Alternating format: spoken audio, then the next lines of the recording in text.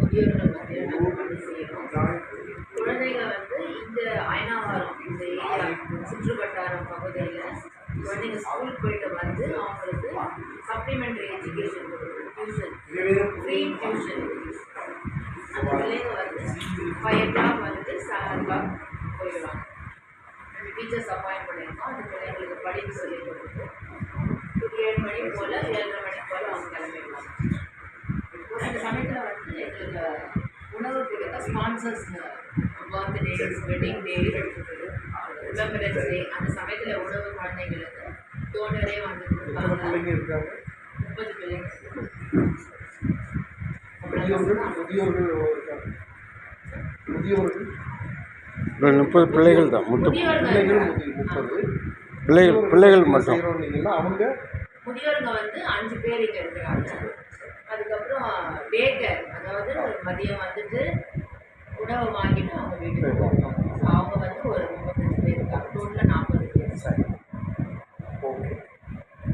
பெண்களுக்கு வந்து தையல் வகுப்பு சொல்லி ஆண்டவருக்கு மகிமை உண்டாகட்டும்.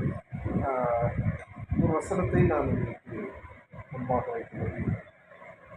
இயேசுநாதர் மலை பிரசங்கம் என்ற ஒன்றை செய்கிறார். நான் பண்ணலாமா? இல்லை, நின்றுட்டு பண்ணுங்க. நான் கொஞ்சம் வீடியோ அது வெளிச்சம். இயேசுநாதர் மலை பிரசங்கம் என்ற ஒன்றை ஆற்றினார். அது ஒரு முக்கியமான பைபிள் படித்தா நமக்கு தெரிஞ்சிருக்கோம். மத்தேயு 5-ம் அதிகாரம் 5, 6, 7 3 அதிகாரமும் இயேசுநாதருடைய மலை பிரசங்கம். அந்த 5ஆம் அதிகாரத்தில் ஒரு வார்த்தையை சொல்லிட்டார். அதாவது இந்த மாதிரி சேவை செய்கிறவர்கள் யாருக்கும் அது புரிஞ்சு என்ன சொல்கிறாங்கன்னா 14ஆம் வசனத்தில் நீங்கள் உலகத்துக்கு ஒளியாயிருக்கிறீர்கள், உலகத்துக்கு ஒளியாயிருக்கிறீர்கள் சொல்லிட்டு சொல்றாரு. ஒருவரும் விளக்கை கொளுத்தி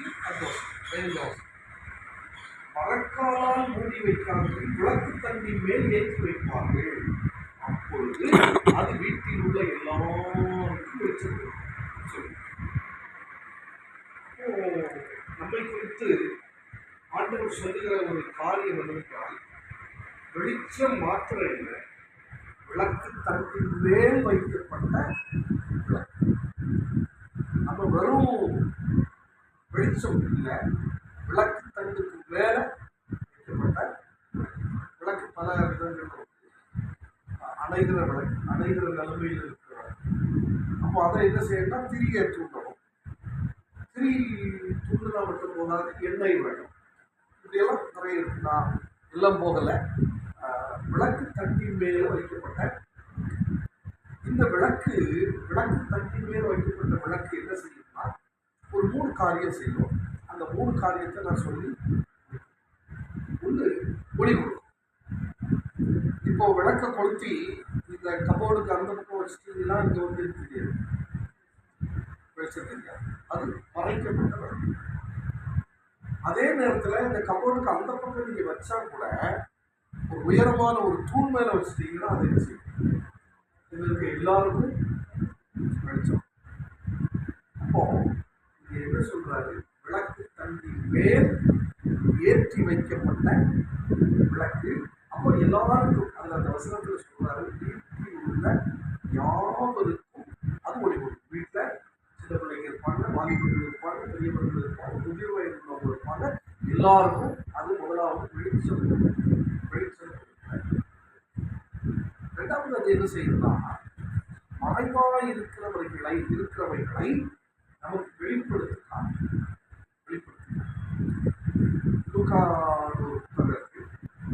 அதுல 15ஆம் அதிகாரத்தில் இயேசுநாதர் ஊமையை சொல்றார். அது என்ன ஊமை அவர் சொல்றாரு? ஒரு ஸ்திரீ ஃபர்ஸ்ட் வெள்ளிக்காசு அது ஒன்று காணாம போயிடுச்சு. அதை கண்டுபிடிக்கிறதுக்கு அவர் செய்த காரியம் என்னன்னா, விளக்கை கொளுத்தி வீட்டை பெருக்கி அதை தேடி. அப்போ அங்கேயும் எதுதான் தேவைப்படுது? ஒரு பொருள் களைஞ்சு போச்சு. களைஞ்சு போன பொருளை மீட்டுக் கொள்வதற்கு தேவைப்படுகிறது விளக்கு.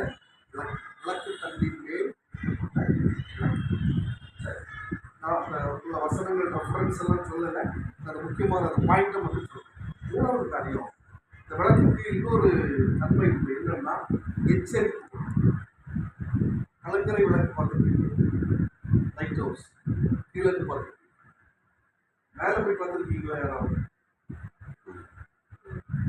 நான் அதனுடைய உச்சி வரைக்கும் போயிருக்கேன், மேலே போய் பார்த்துருக்கேன். பொதுவாக கலங்கரை விளக்குல 2 பல்பு 3000 வாட்ஸ் பல்ப், 2 பல்ப் இருக்கும். அது இதே சுழங்கிட்டே வரும். இந்த பல்புக்கு மேலே ஒரு கவரிங், ஒரு கிளாஸ் வரும். அது ஆக்சுவலாக கிளாஸ் கிடையாது, மைக்கா பீசஸை பீஸாக வச்சுருப்பாங்க. அதனால தான் அது இந்த கிளார் மாதிரி எடுக்கும்.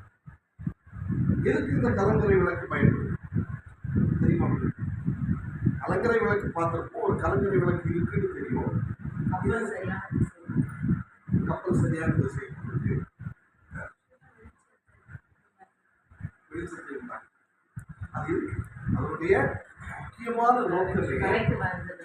முக்கியமான நோக்கமே இந்த இடத்துல பாறை இருக்கு, இங்க வராத, சுத்தி போ, அப்படி போ, இதை காட்டுறதுன்னா உனக்கு இங்க வந்தா பாறை இருக்கு, இங்க வந்தா உனக்கு ஆபத்துங்கிறத காட்டுறதுக்கு தான் என்ன இருக்கு கலங்கரை. இப்போ எச்சரிக்கும். நம்ம பற்றி ஆண்டவர் சொல்றாரு, இந்த அருவி ஸ்தாபனத்தை பற்றி ஆண்டவர் சொல்றாரு, நீங்கள் விளக்கு தட்டின் மேல் ஏற்றி வைக்கப்பட்ட விளக்கு. அப்போ 3 காரியம் நீங்க செய்வீங்க. என்ன செய்வீங்க? ஒளி கொடுப்பீங்க. 2வது என்ன செய்வீங்க? மறைந்து இருக்கிறவைகளை, அதாவது நான் அதை எப்படி சொல்ல விரும்புகிறேன், களைஞ்சி போனதை மீட்டு எடுத்தேன். இப்போ நீங்கள் பெண்கள் மத்தியில் செய்வீங்க, முதியவர்கள் மத்தியில் செய்வீங்க. பெண்கள் சிலவற்றை களைந்திருக்கிறார்கள். களைந்தவைகளை அல்லது அவர்கள் இழந்தவைகளை அல்லது அவர்கள் தவறவிட்டவைகளை மீட்டுக் கொடுப்பதற்கு நீங்கள் என்ன செய்வீங்க? பணி செய்வீங்க. முதியவர்கள் சிலவற்றை இழந்திருப்பார்கள். அப்போ இழந்து போனதை அவர்கள் திரும்ப பெற்றுக்கொள்வதற்கு நீங்கள் என்ன செய்வீங்க? பொதுவாக முதியவர்கள்னாலே சொல்லுவாங்க, அந்த கிழடு என்ன செய்ய மாட்டாங்க, சொன்னா கேட்க சீக்கிரம் போக மாட்டேங்குது, இருந்து தண்ட சோறா இருக்குதுமா, தண்ட சோறா இருக்கு, இடத்த சறுத்துட்டு இருக்கு, போய் தொலைய மாட்டேங்குது. ஏன் அப்படின்னா அவங்க இப்போ ஒரு ரிட்டையர்டு ஆன உடனே எல்லாம் இழந்தது. மானம் போச்சு, மரியாதை போச்சு, எல்லாமே போச்சு. இதை மீட்டு கொடுக்கிறது தான் நம்முடைய இப்போ இந்த ஏஜை எப்படி அவங்க கணிக்கிறாங்கன்னா, ஜெரண்டாலஜி, அதாவது அது ஏஜை குறித்து படிக்கிற ஒரு சயின்டிஃபிக் ஜெரண்டாலஜி. அதில் 4 விதமான ஃபண்டமெண்டல் கான்செப்ட் சொல்கிறாங்க. 4 விதமான ஃபண்டமெண்டல் கான்செப்ட். ஏன் இதை நான் சொல்கிறேன்னா, ஒன்று பயாலஜிக்கல் ஏஜ். இது பயாலஜிக்கல் ஏஜ்னு சொல்லும்போது ஒரு கண்டிஷனோட ஒருவருடைய life limiting organ system biological age. இவ்வளோதான் இவருடைய லைஃப், இவ்வளோதான் இவருடைய வாழ்வு, ஆயுசுதான் இவ்வளோதான் அப்படின்னு சொல்கிற ஒன்று பயாலஜிக்கல் ஏஜ். இன்னொன்று சைக்காலஜிக்கல் ஏஜ்.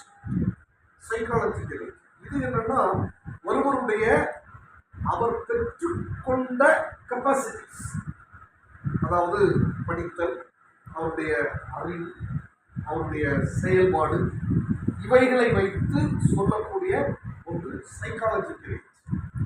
சில நேரங்களில் பார்த்தா வயசுக்கு மிஞ்சி அவங்க எப்படி இருப்பாங்க, அறிவுடையவர்களா, நுணுக்கம் உள்ளவர்களா. என்னுடைய ஒரு சகோதரியினுடைய மகன் 12ஆம் வகுப்பு படிக்கச்சில பிஎஸ்சி படித்தவங்களுக்கு டியூஷன் எடுக்கும்.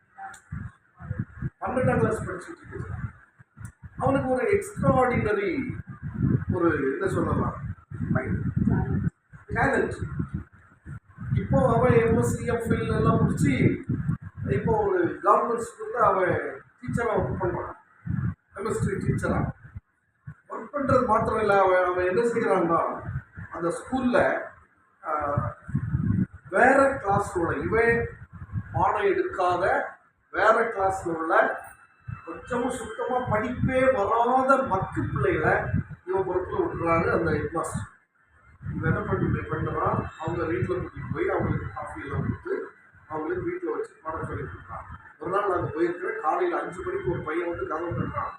சார் நான் வந்திருக்கிறேன், காலையில் 5 மணிக்கு வந்து ஒரு லட்டு பாக்ஸ் வச்சுக்கிட்டு இருக்கிறான். சார் உங்களுக்கு வாங்கிட்டு வந்திருக்கேன் அப்படின்னு. அது சந்தோஷம் சொல்ல முடியாது அந்த பையனுக்கு.